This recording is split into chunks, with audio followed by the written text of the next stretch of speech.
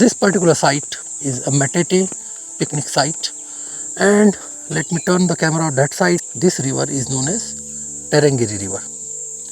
So just now we had a beautiful sight of a lion pride resting at the bank of Tarangire river, and after we spent some time with them, an interesting phenomenon happened that a huge buffalo, a male buffalo came, and it drove away all the 4 lions, and it was a perfect moment to start this Tanzania safari.